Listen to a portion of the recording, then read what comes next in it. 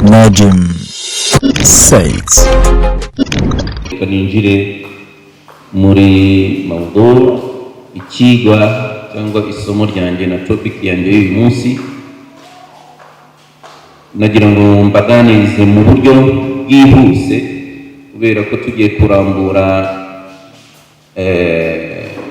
inyigisho mu by'ukuri byafata umwanya, ariko mu rwego rwo kugira ngo tuvuge bikeya kandi bifite akamaro, niyo mpamvu turagerageza kurasa ku ntego kugira ngo mu by'ukuri bibashe kumvikana. Nkaba ndaganira kuri huququ zawjayn, ukuri umugore cyangwa umugabo bombi bagomba guhana nk'abantu babana mu rugo, nk'abantu bafatanyije ubuzima, biyemeje nta gahato, biyemeje nta ubahatirije, bakavuga ati njye nawe tugiye gufatana urunana, tugiye gufatanya mu kiganza dutangira ubuzima. Mu by'ukuri bombi bano babiri bagomba kubahiriza ukuri hagati yabo. Iyo tuvuga rero ukuri twese turasobanukirwa icyo ari cyo. Bivuze yuko ukuri ni ikintu cyangombwa utegetswe, usabwa kubahiriza kuri mugenzi wawe mu bana. Iyo kitabonetse cyangwa iyo utubahirije uko kuri, byanze bikunze bwa buzima bw'urugo buzamo ikibazo, kuko turi abantu. Allah subhanahu wa ta'ala niwe waturemye, aratuzi. Ni nayo mpamvu rero yashyizeho aya mabwiriza n'aya mategeko kugira ngo yubahirizwe. Atubahirijwe rero, igikurikira ni ibyo bagenzi banjye baraza kuganiraho bijyanye n'isenyuka ry'ingo cyangwa n'umwiryane n'imibanire itari myiza iri hagati y'ababana. Kubera iki? Kubera kutubahiriza uku kuri bavandimwe b'Isilamu. Allah subhanahu wa ta'ala mu Qur'an agira ati famadha ba'da al-haqq illa ad-dalal. Allah ati iyo abantu batubahirije ukuri, iyo abantu batubahirije inshingano zibareba, ukuri kukureba ntukubahirize, ntukushyire mu bikorwa, igikurikiraho ni dalal, ni ukuyoba bavandimwe b'Isilamu. Kandi burya kuyoba kubi ni umuntu mu by'ukuri kubaho ntacyo yitaho. Ubwo rero bavandimwe b'Isilamu, Allah subhanahu wa ta'ala yagize iki gikorwa cy'abantu kubana nka sunna, ni sunnatul haya. Az-zawaj sunnatul haya, kubana cyangwa urushako n'urugo ni gahunda y'ubuzima, ni gahunda y'imibereho. Uko byagenda kose, nta muntu uwo ari we wese uvuga ngo ngewe sinzashaka umugore cyangwa sinzashaka umugabo. Aramutse abivuze gutyo, ntabwo bimukuraho yuko hari ibyo akenera, kubera ko ni sunna ya Allah subhanahu wa ta'ala. Niyo mpamvu umuntu bamenye avuga ati umugore udashaka umugabo cyangwa umugabo udafite umugore udashaka, byanze bikunze aba ari kimwe muri bibiri. Waba uzavuga ati ngewe ntabwo nkeneye umugabo, ngewe ntabwo nkeneye umugore, byanze bikunze aba ari kimwe muri ibi bibiri. Icya mbere ni uko uba arwaye, ntabwo ari muzima, kubera ko umuntu muzima, umubiri muzima, byanze bikunze hari icyo ukeneye, kubera ko urarya, uranywa, ubona ibikenewe byose mu buzima. Ubwo rero hari icyo umubiri uragusaba. Ubwo rero iyo umubiri ugize ibyo gusaba ntubyubahirize, ubwo urumva byanze bikunze ntabwo uri muzima, ntabwo wuzuye. Ugomba no kujya kwa muganga ukavurwa. Icyo ni icya mbere. icya kabiri, umuntu udashaka cyangwa udashaka kubaka no gushaka umugore cyangwa umugabo, byanze bikunze aba afite uburyo yiyeranjamo ubwo ari bwo bwose. ashobora kwiyeranja muri zina, ashobora kwiyeranja mu bundi buryo bwa haramu butemewe, yaba ari ku bagabo cyangwa ku badamu. noneho hari nk'ibintu byateye muri iyi minsi by'ukuri by'isoni, biteye isoni n'agahinda, by'abana b'abayisilamu b'abagabo kwigira ibyo bita ngo ni abapede. usanga umusore yigize umukobwa, arakenera abagabo bagenzi be, cyangwa umukobwa agakenera umukobwa mugenzi we.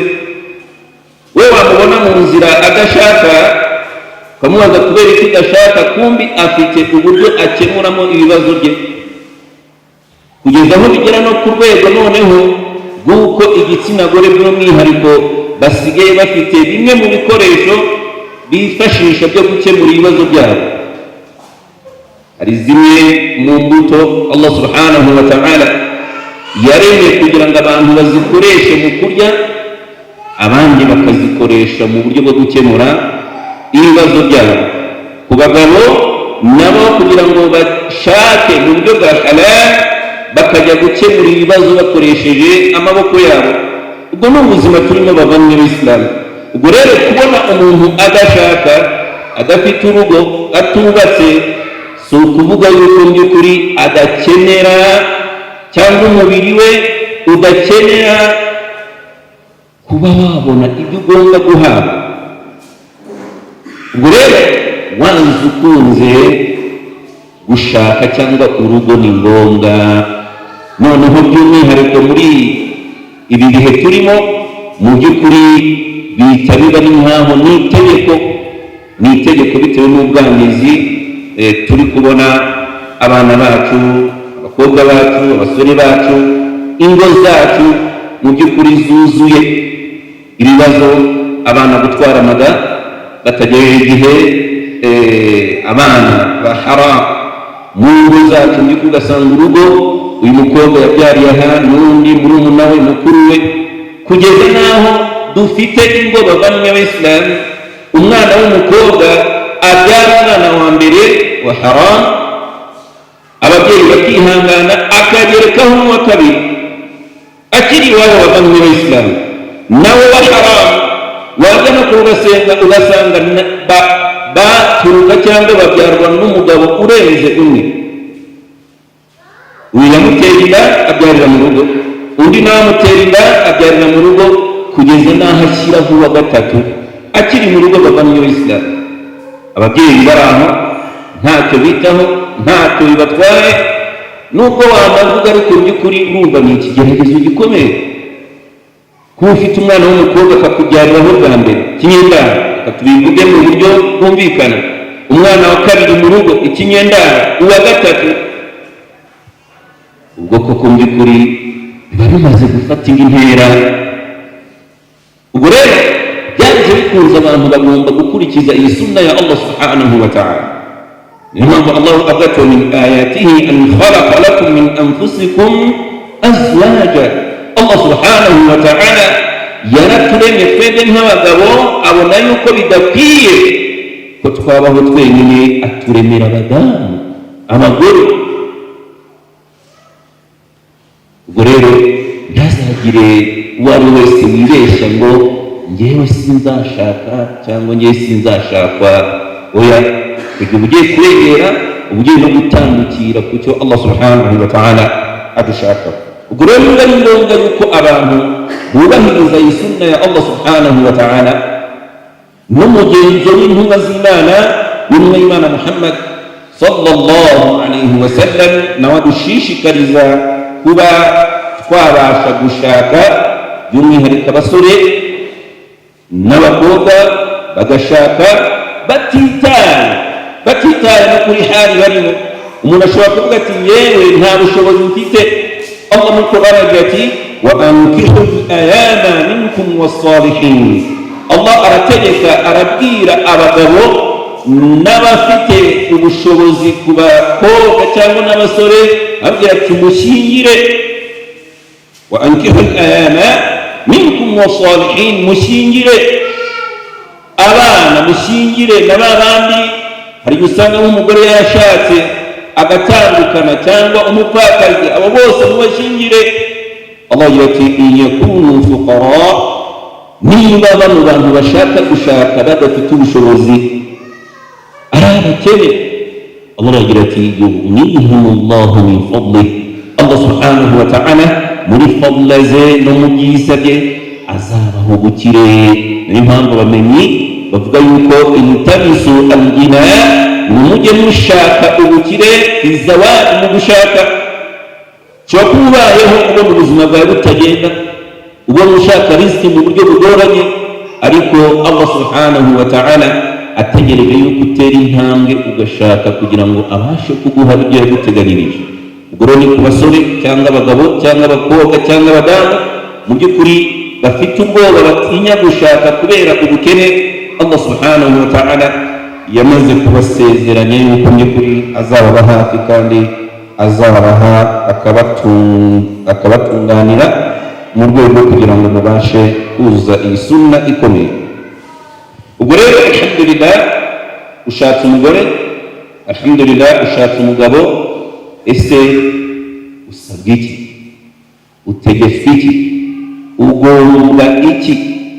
Nubwo akenshi na kenshi dukunda kubyibutsa muri hafla ya nikah, iyo twagiye gusezeranya babiri bagiye kubana, ugiye kubasezeranya umushehe uwo ari we wese agaruka kuri izi huquq, nuko kuri umugabo agomba umugore cyangwa umugore agomba umugabo, twese turabizi cyangwa twarabyumvishe, ariko tuba turi hano mu buryo bwo kwibukiranya.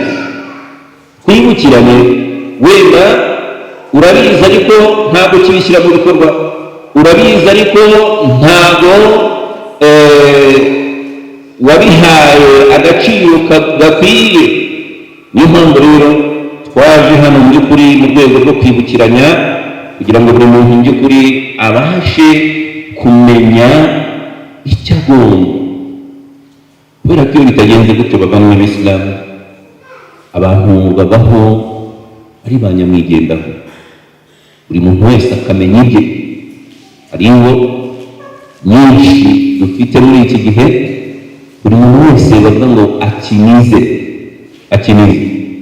yaba ari umugabo akimenyera ibye, iby'umugore mu rugo ntibimurebe.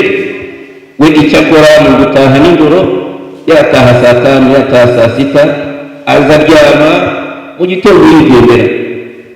N'umugore nawe agakinize, akabyuka akajya mu byo akora, akajya mu byo ashinzwe, nawe mu by'ukuri agataha, ugasanga urugo rubaye gutyo imyaka 10-15, buri muntu mu by'ukuri mu rugo habayeho uburyo. Ubwo urumva no gukemura ibibazo by'umubiri, buri muntu abikemura mu buryo bwe, yaba ari umugabo abikemura mu buryo bwe azi, n'umugore nawe akabikemura mu buryo bwe azi, ugasanga urugo mu by'ukuri rubanye muri ubwo buzima. Allah subhanahu wa ta'ala aratwibutsa muri suratul A'raf, igihe abantu mu by'ukuri batari tayari gukurikiza amabwiriza ya Allah subhanahu wa ta'ala, yuko mu by'ukuri bagenda bakamera nk'inyamaswa, ngo kugeza aho inyamaswa zibarusha agaciro bava muri Islam. Qala Allah, a'udhu billahi minash shaitanir rajim, wa laqad dhara'na li jahannama kathiran min al-jinni wal ins. Allah subhanahu wa ta'ala aratwibutsa ko yateguye umuriro wa jahannam kuri twebwe abantu n'amadini. Kubera iki uyu muriro yawuteguye? Kubera ko lahum qulubun la yafqahuna biha, ngo bano bantu impamvu Allah subhanahu wa ta'ala yabateguriye umuriro, ngo nuko bafite imitima ariko la yafqahuna biha. Iyi mitima ntabwo bayikoresha mu guha agaciro no gutekereza ku byo Allah yabategetse. Uri umugore mu rugo, uri umugabo mu rugo, ariko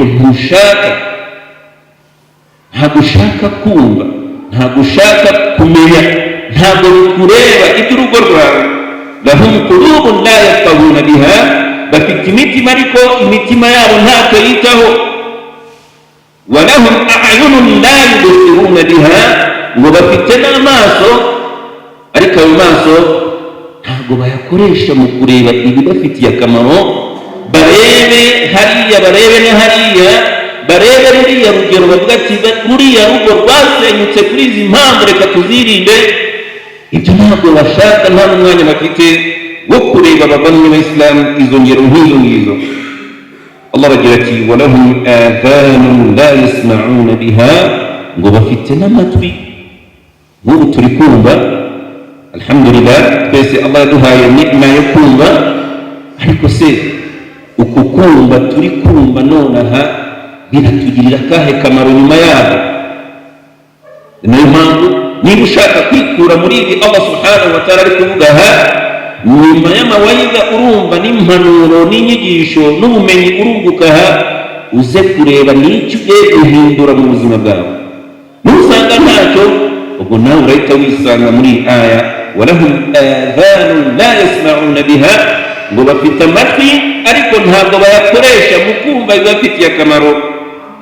Allah mu gusoza aya aragira ati ulaika kal an'am, ngo abantu rero bateye gutya, abantu bafite umutima udakora, bakagira amaso atareba, bakagira amatwi atumva. ulaika kal an'am, ngo abo bantu bameze nk'inyamaswa, bameze nk'inyamaswa.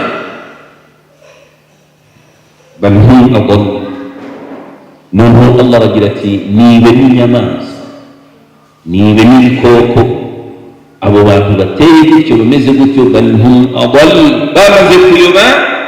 ulaika humul ghafilun, ngo bamaze no gutera umugongo, bashyira ibiti mu matwi, ntabwo bashaka kumva abavandimwe b'Isilamu.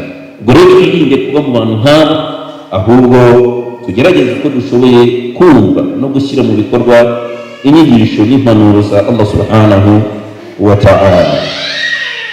Bavandimwe b'Isilamu, nihuse reka ntangire kuri izi al-uqud. Abamenyi benshi rero, nyina w'umwana yasohoka,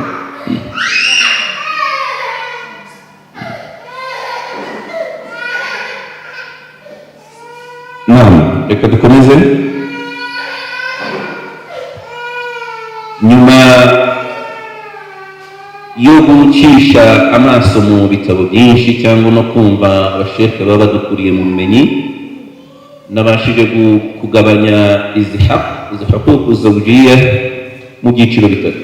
Icyiciro cya mbere ni icyo bita al-huquq al-mushtarika, ni haq umugabo n'umugore bagomba gusangira no guhuza.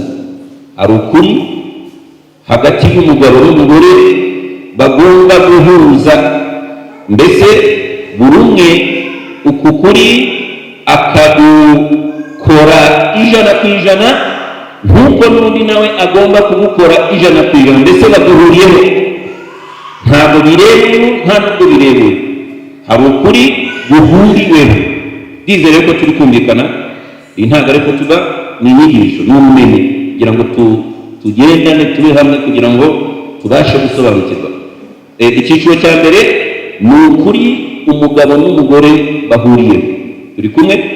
Icyiciro cya kabiri akaba ari ukuri noneho kwihariye k'umugabo, umugabo asabwa ku mugore we. Icyiciro cya gatatu akaba ari ukuri k'umugore asabwa umugabo we. Ndumva bisobanutse inshallah. Allah dushoboze ibyo byiciro byombi tubivuge twihuse turasa ku ntego kugira ngo tubashe kunguka twese inshallah. Mpereye rero kuri icyo cya mbere, al-huquq al-mushtarika, ukuri guhuriweho na bombi babiri, umugabo n'umugore.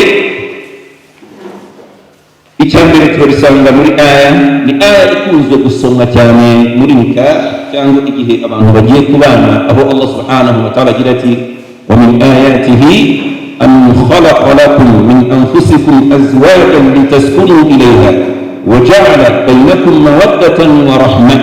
Allah subhanahu wa ta'ala yaduhaye inkingi eshatu zikomeye zigomba guhurirwaho na bombi babana, kubera ko izi nkingi bavandimwe b'Isilamu cyangwa uku kuri aba bombi yaba umugabo cyangwa umugore bagomba kuzihuza, buri umwe akabasha kubahiriza uku kuri kuri mugenzi we kugira ngo rwa rugo rubashe gukomeza, rwa rugo rubashe kugira ubuzima. Allah subhanahu wa ta'ala icya mbere yavuze cyangwa umusingi wa mbere n'ukuri kwa mbere ni as-sakina hagati y'umugabo n'umugore.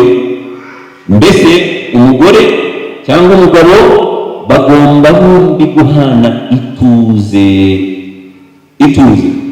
urumwe agahakikisha akamenya neza yuko njyewe nk'umugabo mu by'ukuri ngomba gushakisha, ngomba guha ituze umugore wawe, n'umugore akamenya neza yuko agomba guha ituze umugabo we. Ingingo y'ituze ni ingingo ngari, ariko wenda turayigiramo mu bintu bibiri.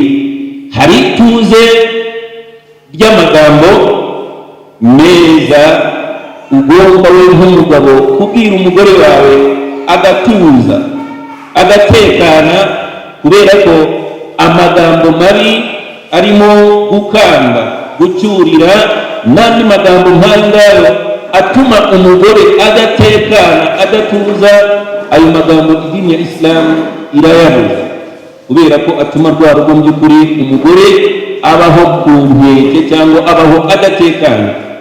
No ku mugore nawe ni uko, umugore ugomba gukora uko ushoboye kugira ngo ubere ituze umugabo wawe ukoresheje ururimi rwawe. Wirinde kumubwira amagambo atuma wa mugabo stress zimwica, asohoka mu rugo byari bavuga ngo umuntu yasohotse nta sogisi yambaye, bitewe n'ibyo wamubwiye n'amagambo wamubwiye wamubyukirije ku buriri cyangwa mu rugo.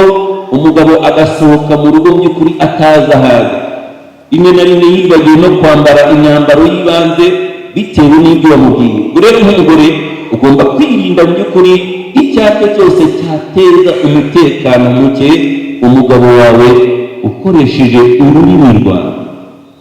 Icyo ni icya mbere. Icya kabiri, ituze hano rikenewe ni ituze ry'umubiri. Umubiri byanze bikunze ufite icyo ukenera, nk'uko natangiye mbivugaho. Umugabo rero ugomba gukora uko ushoboye umudamu wawe umubiri icyo umusaba ukabasha kugikemura nk'uko bisabwa. Abagabo rimwe na rimwe hari igihe twumva yuko twebwe igihe twakeneye ibyo dukenera ariko tubisaba, kandi tukabisaba na rimwe na rimwe agahato cyangwa rimwe na rimwe imbaraga, ukumva yuko n'igihe umudamu we igihe agukeneye ukumva yuko bitari ngombwa cyangwa bidakenewe. Oya, ugomba gusangira iyi ngingo ijana ku ijana. Umugore ugakunda umugabo wawe ijana ku ijana, n'umugabo ugakunda umugore wawe ijana ku ijana. Urukundo rw'ukuri, urukundo rwa nyarwo, urukundo rutagira uburyarya, urukundo rudafite ibirwihishe inyuma bavandimwe b'Isilamu. Ubwo rero iyo ni haki ya kabiri ikwiye bavandimwe b'Isilamu kuranga aba bombi. Ni haki mwese mugomba gusangira. Ntabwo urukundo ari urw'umugore gusa, nta n'ubwo urukundo ari urw'umugabo gusa, mwembi mugomba guhanahana urwo rukundo, rukagaragara ku mugabo rukagaragara no ku mugore. Inkingi ya gatatu, ndi kwihuta bavandimwe b'Isilamu kubera ko bino bintu bisaba umwanya uhagije, ariko turi kurasa ku ntego. Inkingi ya gatatu cyangwa ukuri kwa gatatu aba bombi bagomba gusangira ni arrahma. Kugirana impuhwe, noneho by'umwihariko umugabo usabwa utegetswe kugirira impuhwe birenze umudamu wawe. Qala Rasulullah sallallahu alaihi wasallam, n'Imana Muhammad sallallahu alaihi wasallam iratubwira ati ngo umugore yaremwe mu rubavu. Inda al-mar'a khuliqat min dila', umudamu cyangwa umugore ikiremwa igitsina gore ngo cyaremetse n'urubavu. Twese tuzi urubavu uko ruteye. Hari urubavu wenda nubwo wenda mutarabona imbavu z'abantu, ariko byavuye ku nzu nakoze hano wakumva uburyo runo rubavu ruteye. Urubavu uko ruteye rurihinnye, siko bimeze bavanywe b'Isilamu, rurihinnye. Niko Allah subhanahu wa ta'ala yaremye ikiremwa muntu. Uko rwihinnye na rero runo rubavu rwihinnye, niho Allah subhanahu wa ta'ala yaremyemo iki? Umugore. Bityo genda bwira abagabo, niba uyu mugore yararemetse mu rubavu rwihinnye, ubwo urumva nawe byanze bikunze afite inenge nyinshi, kandi ntabwo ari igisebo. Iyo tubivuga gutyo ku badamu, haryo bumva yuko wenda turi gutesha agaciro imiremere yabo. Uko niko Allah yabaremye, kandi Qur'ani nikivuga n'imvugo z'Intumwa Muhammad sallallahu alaihi wasallam. Ariko bikabamo n'inyigisho ku bagabo yuko niba umudamu yararemetse mu rubavu rwihinnye, byanze bikunze kubana n'uru rubavu rwihinnye ugomba kwitwararika, ngo kubera ko ngo nujya kururambura, mbese nushaka yuko umugore amera nkawe, atungana nkawe, akora ibintu nkawe. Hari abagabo bagera mu rugo bagasanga wenda hari utuntu tutagenze neza, hari ibintu bitagenze neza, akumva yuko umugore yakabikoze nk'uko wakabikoze, cyangwa yagatekereje nk'uko watekereza. Ntabwo ariko bimeze. Ubwo rero urubavu nujya kurugorora neza ngo rurambuke neza, uzavunika bavanywe b'Isilamu. Niyo mpamvu rero bigomba gutwaza gake gake kugira ngo bwa buzima bubashe kuba bwakomeza bavanywe b'Isilamu. Hatabayeho rero kugirana impuhwe, umugabo ukagirira impuhwe umudamu wawe mu makosa, mu nyenge zitandukanye zigaragara ku mudamu, mu by'ukuri rwa rugo nta kabiri rumara. No ku mudamu rero nawe usabwa kugirira impuhwe umugabo. Impuhwe hano tuvuga ni ukumumusaba ibyo adafite, utamusaba ibyo adafite. Iyo umudamu utangiye kuvuga ati nk'iki, ngurira iki, njyana aha, nkorera iki, kandi uzi neza yuko bino byose uri gusaba umugabo wawe ntabwo afite, icyo gihe mu by'ukuri uri kurengera. Gira umugabo wawe miskini, urebe imibereho ye, urebe uburyo ajya gushakisha mu buryo bunyamye, umugirire impuhwe, umusabe ibyo ashoboye, umusabe ibyo ashoboye kugeraho, umusabe ibyo ashobora kuba yaguha. Ibyo adafitiye ubushobozi wihangane. Abadamu tujya tugira akantu katari keza, nk'uko twaje mu byicaro nk'ibi, cyangwa twagiye mu makwe, cyangwa twagiye mu kiriyo, cyangwa twagiye gusura abadamu bagenzi bacu. Wagera mu rugo rwa mugenzi wawe, wabona intebe runaka, akabati runaka, umuvitambiyo runaka, ikanzu runaka, bya bintu wabonye hanze byose ukaza kubitura umugabo wawe. Ari neza akakubwira ati izi ntebe kandi zirahenze, ziguze zikuvunnye n'amafaranga menshi, ariko akakubwira ati izi ntebe ndambiwe kuzicaraho.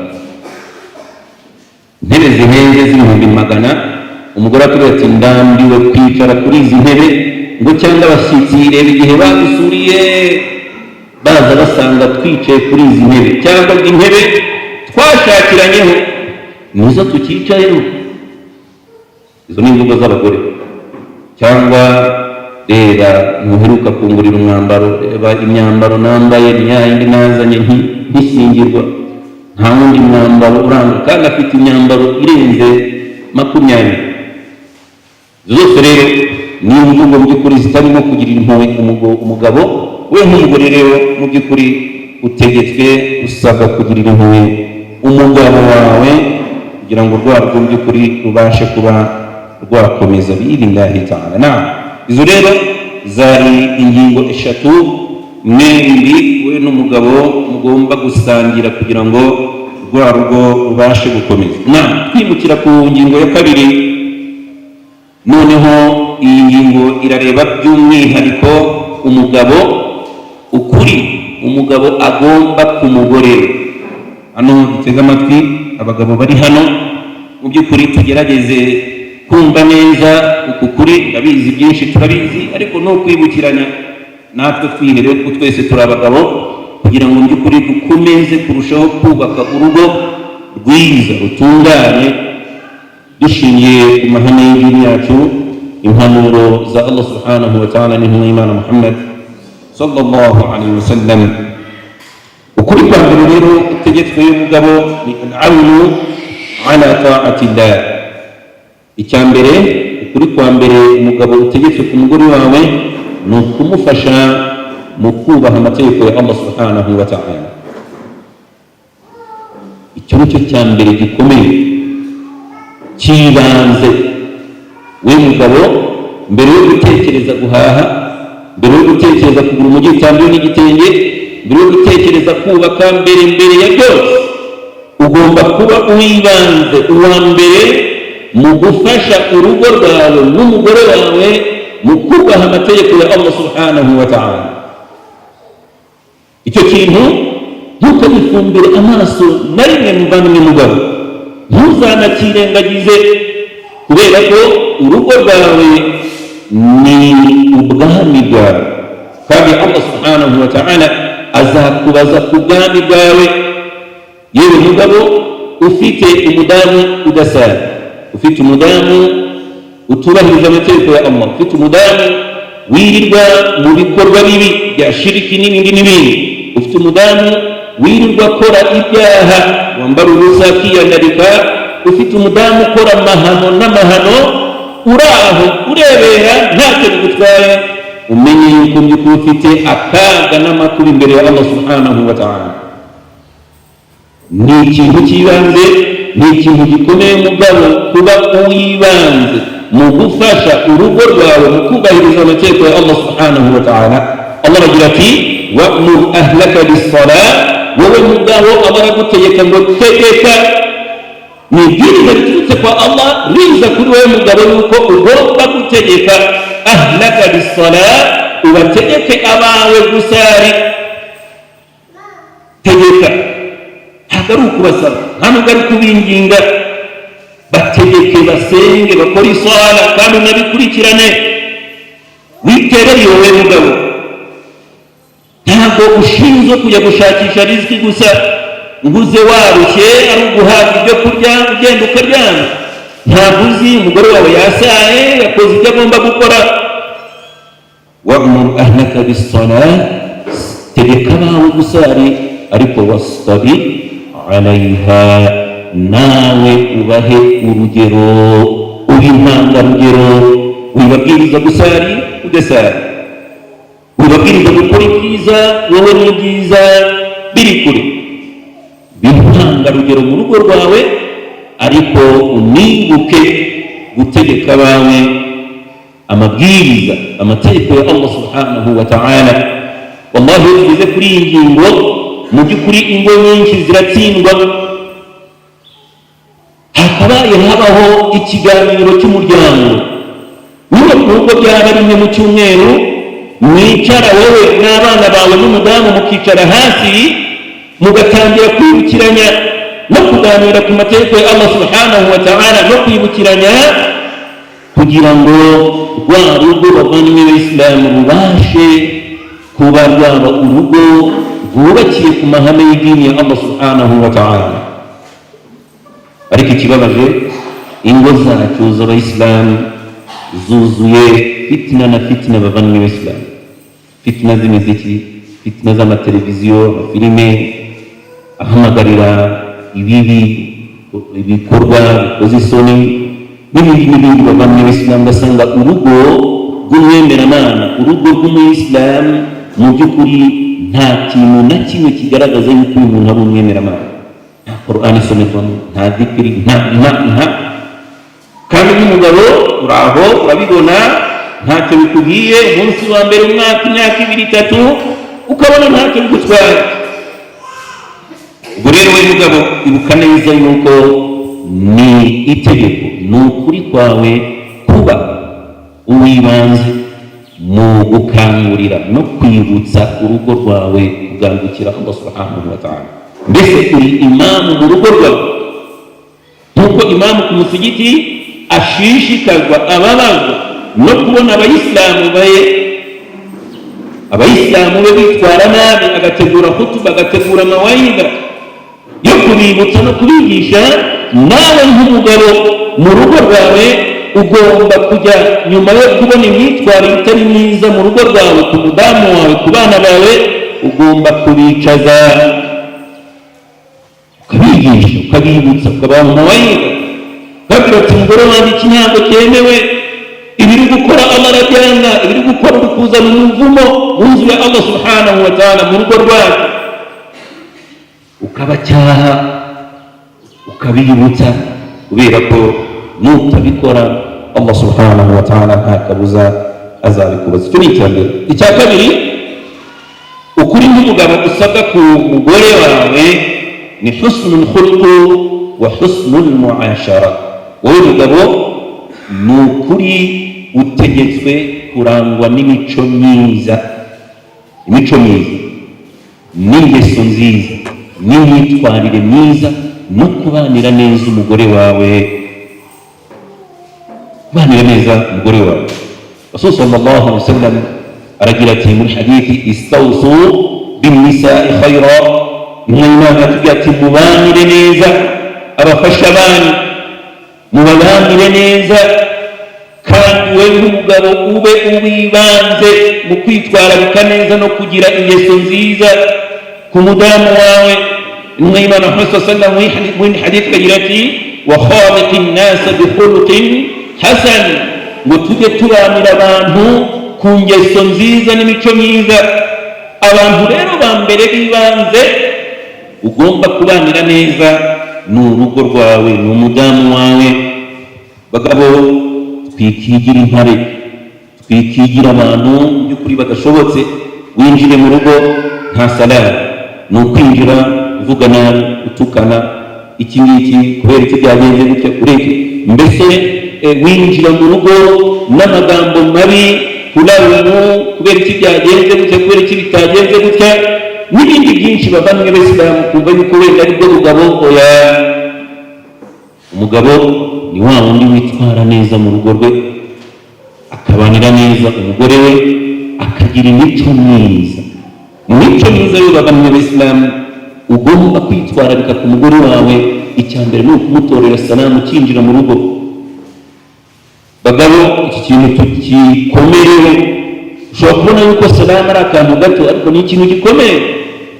Kwinjira mu rugo ugatora salamu, wamara gutora salamu ukabaza amakuru, mwiriwe mute, byagenze gute, mu mvugo nziza irimo kumwenyura. Mu mico myiza harimo no kwihanganira dukeya wenda ubona mu rugo tudafite icyo dutwara. Ugeze mu rugo wenda usanga igikombe mu nzira, ugeze mu rugo usanga isahani mu nzira, ugeze mu rugo usanga wenda intebe zirajagaraye. Utuntu nk'utwo rero kutwihanganira, kuko asabru min husnul khuluq, kwihangana nabyo biri mu mico myiza. Kwihanganira dukeya tudafite icyo dutwaye nabyo biri mu mico myiza. Kurangwa n'imvugo nziza, kumwenyura, byose mu by'ukuri ni ibintu nk'umugabo usabwa gukorera umugore wawe. Icya gatatu muri haq z'umugabo agomba ku mugore we ni al-muhafadhatu ala shu'uriha.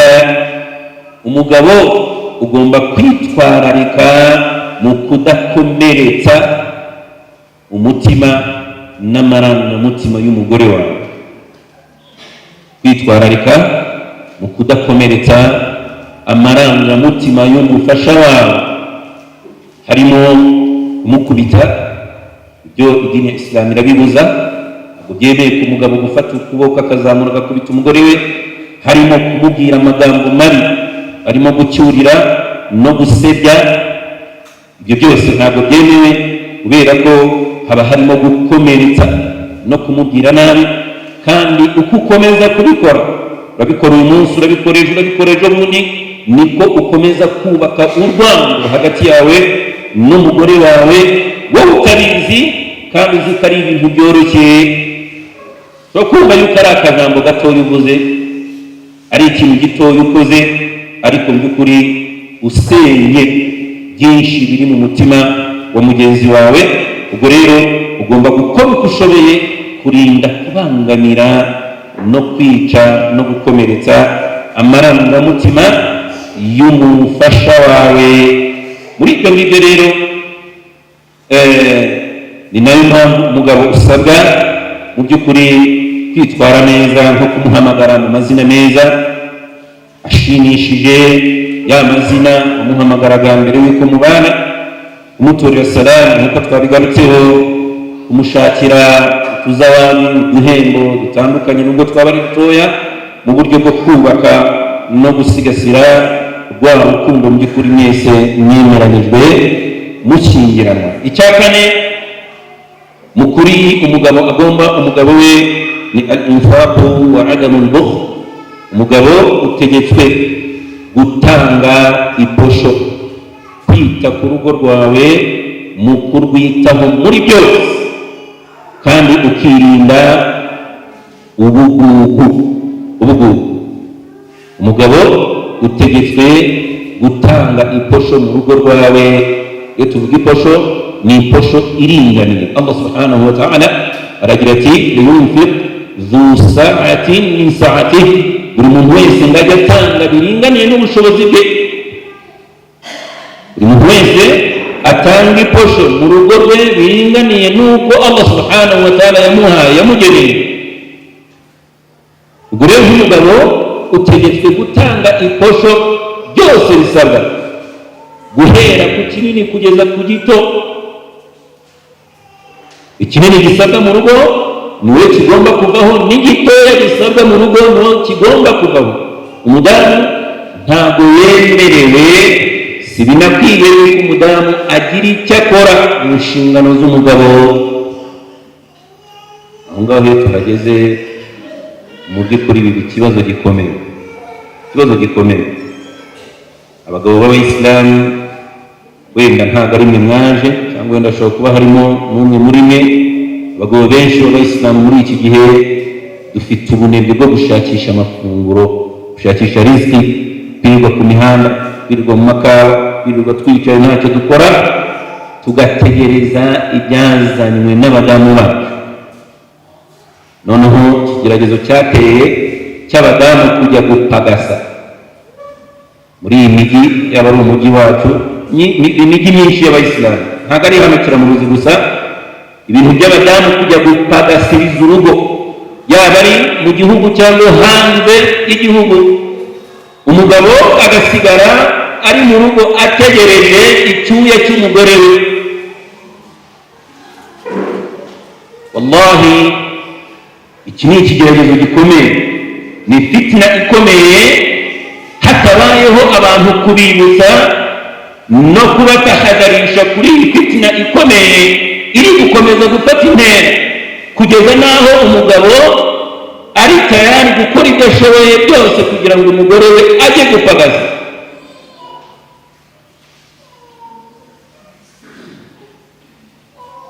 wallahi dutinye Allah subhanahu wa ta'ala, dutinye Allah. waburara, wabwirirwa, wakambara umwenda umwe, ariko urugo rwawe hatinjiyemo iyi shayitani, hatinjiyemo iki kigeragezo cyo kurya icyuya cy'umugore wawe. muzi ubuzima bahura na hariya aho bagiye, muzi imibereho n'akazi bakora hariya aho baba bari, muzi imvune bahura nazo. we nk'umugabo wasigaye hano mu Rwanda, ugahora utegereje buri kwezi yuko hari icyo umugore arohereza, kandi ukagenda n'ifiyeri kuri banki ukabikuza, ukagenda ugahaha ukarya nta soni nta n'ubwoba. turi kwerekeza rero bavandimwe b'Isilamu, ese ni uku dushaka yuko ingo zacu zibaho? ni uku turi kurera abana bacu? abasore aka kanya ejo bazaba n'abari abagabo, ni ibi turi kubigisha yuko noneho imizani yahindutse, abagabo abadamu bo basigaye batunga abagabo. Dutinye Allah subhanahu wa ta'ala, kandi tumenye yuko byose bidukora tuzabibazwa na Allah. Ntabwo ari ibintu biraho gusa ubona yuko udamaraye utazabibazwa na Allah subhanahu wa ta'ala. Ubwo rero Allah niwe wivugira muri Qur'ani, ar-rijalu qawwamuna 'ala an-nisaa, abagabo ni abahagararizi b'abagore. Abagabo ni abahagararizi b'abagore muri byose. Bima faddala Allahu ba'dahum 'ala ba'd wa bima anfaqu min amwalihim. Allah subhanahu wa ta'ala akwita umugabo, akwita umuhagararizi kubera iki? Wa bima anfaqu min amwalihim, ngo kubera ibyo batanga mu mitungo yabo. Ubuse koko niba umudamu ari ubitanga, ubwo umugabo ni cyangwa umuhagararizi ninde? Niba utegereje ko umudamu ari ukugaburira, ari utanga ikosho, ubwo hano turahindura tuvuge yuko abadamu nibo bahagarariza ibingo. Aho ngaho rero turaba turi kurengera tunahindura amagambo ya Allah subhanahu wa ta'ala. Umugabo rero utegetswe, iri ni itegeko rya Allah subhanahu wa ta'ala, yuko ugomba gutanga iposho, ibe ritoya ibe rinini, byose birakureba kugeza no ku kibiriti. Hari abagabo wenda iyo yahashye umuceri agahaha wenda kawunga, ibyo bishyimbo wenda birahari, umugore yabaza atese bite, amavuta bite, inyanya, ati nawe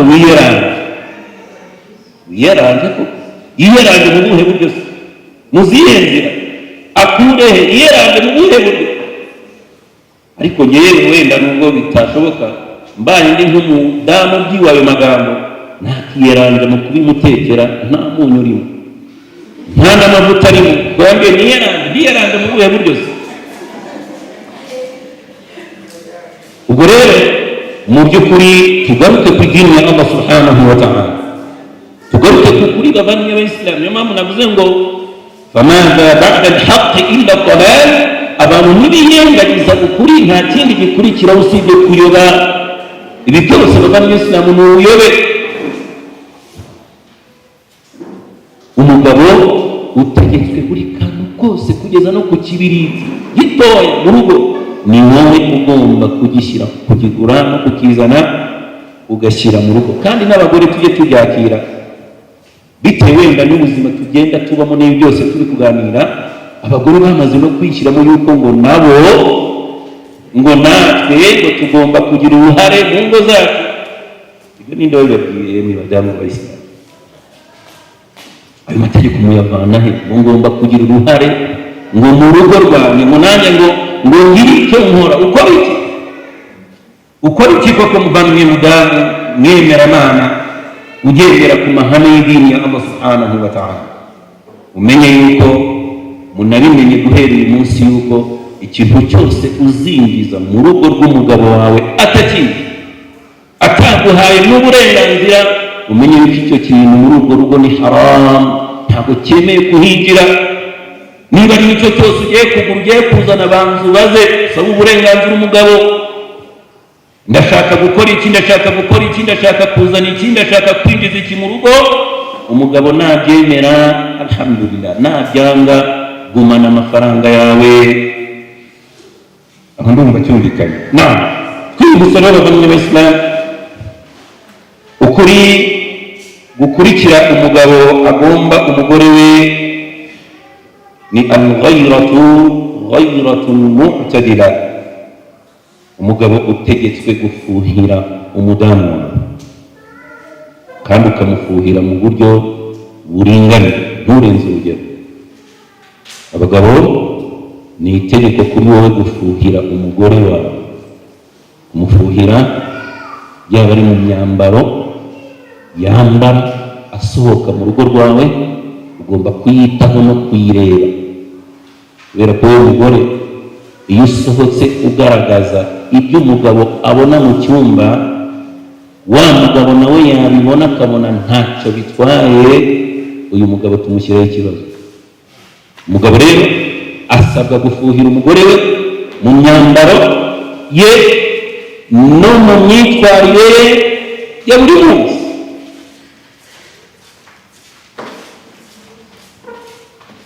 Umugabo ugomba gukurikirana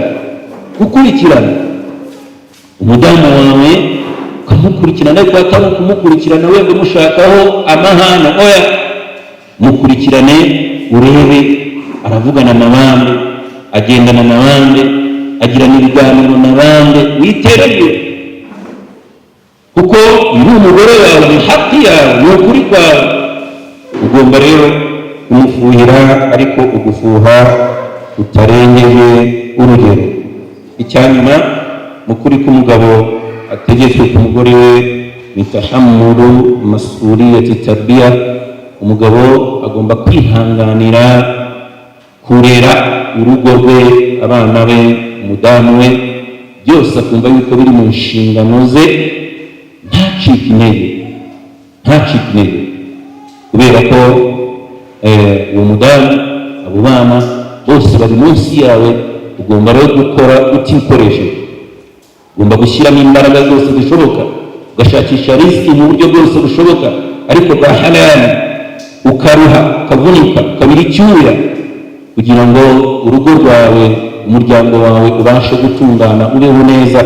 Wicika intege rero, ukamera nk'aba ngaba bategeka abadamu babo kujya kubapagasiriza no z'umugabo ku mugore we. Dusoza rero ku cyiciro cya nyuma cya haki z'umugore agomba gukorera umugabo we. Icya mbere ni ata'atun bil ma'ruf. Icya mbere muri haki za mbere abamenyi bashyira imbere, yewe mugore uri aha ngaha, ugomba kubahiriza ku mugabo wawe ni icyubahiro. Icyubahiro ni ikintu gikomeye. Wowe mugore wicaye aha ngaha, ugomba guhereza umugabo wawe, kugeza aho idini yakubwiye yuko ugomba kubaha umugabo wawe kuruta uko wubaha ababyeyi bawe mu gihe bakiriho. Niba ufite papa wawe, niba ufite mama wawe, aba bose ntabwo ugomba kubashyira imbere y'umugabo wawe. Umugabo wawe niwe muntu wa mbere ugomba kubaha mbere y'aba bose. Ariko ata'atun bil ma'ruf ni ukubaha mu bijyanye n'ibyo Allah yishimira. Umugabo wawe naramuka agutegetse, akubwiye ibyo Allah subhanahu wa ta'ala abuza, intumwa yayo ibuza, icyo gihe fala ta'ata lil makhluqin, ntabwo wemerewe kubaha no kumvira ikiremwa fi ma'siyati al-khaliq, igihe agutegetse, akubwirije gukosereza Allah subhanahu wa ta'ala. Ariko ibindi byose bidafite icyo bitwaye idini, wowe nk'umudamu utegetswe kubaha umugabo wawe. Niba kubyicara mu rugo, icara, wimubwira ngo wanshatse nkora, wanshatse ndi muri ibi, oya, icara. Niba kumubwira ati ndajya mu bukwe bwa kanaka, ndajya mu kirori cya kanaka, akakubwira ati oya, sinshaka yuko ujyayo uyu munsi, ndashaka yuko uguma aha ngaha, bikagenda gutya. Umva asamu wa ta'a, kumva no kumvira utarengejeho ijambo iryo ari ryo ryose. Wimubwira ibi, wirenzaho imvugo izo ari zo zose, ahubwo usabwa kumva no kumvira nta turengejeho. Hano rero bamwe b'Isilamu, badamu turi kumwe aha ngaha, niho byose bipfira, naho byose birangirira, kubera ko iyo umugore udashaka kumva no kumvira umugabo, icyo gihe mu by'ukuri niho ibibazo byose by'urugo bihita bitangirira. Kubera ko umugabo aravuga nawe ukavuga, yategeka nawe ugategeka, yashaka nawe ugashaka. Icyo gihe rero rwa rugo ntaho rujya. Ni urugo rero rugomba kubamo umutware n'umutwarekazi ukunda kubera ko iyo bitagenze gutyo by'ukuri rwa rugo rutangira kuyumbayumba. Icya kabiri, mu kuri umugore usabwa ku mugabo wawe antahfaduhu fi nafsihi wa malihi, uko mu haqqi, kubera ko iyo zitubahirijwe mu by'ukuri urugo rugasenyuka kandi rukazamo ibibazo, ingo zikaba nyinshi ziri gusenyuka. Birekere umuvandimwe wanjye. Wassalamu alaikum wa rahmatullahi wa barakatuh. Najim Said.